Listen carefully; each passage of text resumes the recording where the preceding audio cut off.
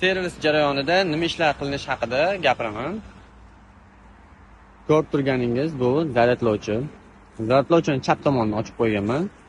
Bu zaryadlovchida 6 ta modul bor, ya'ni har bir modul 30 kilovatdan hisoblanadi. Modulning vazifalari: elektr tarmog'idan kelayotgan o'zgaruvchan tokni doimiy tokka aylantirib, mashinaga yo'naltirib beradi.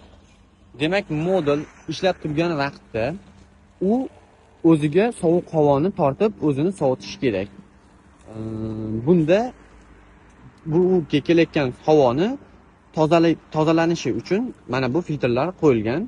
Bu filtrlar har oy kelib tozalanib turishi kerak. Negaki O'zbekiston iqlimi chang iqlim, quruq iqlim bo'lganligi uchun changlar ko'p modulga kirib borganda, ko'p to'planib qolganda o'ziga havoni torta olmaydi-da, keyin modul buzilishini oldini olib keladi. Buning uchun har oy servis ko'rsatib, buni tozalab turish kerak bu chastini.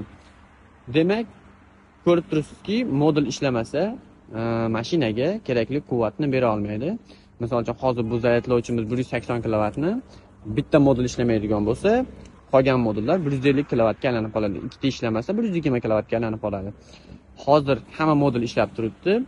Biz har oy kelib buni servis qilib turibmiz. Modullarda muammo bo'lmaydi. Stansiya barqaror, toza, yengil ishlashini oldini oladi.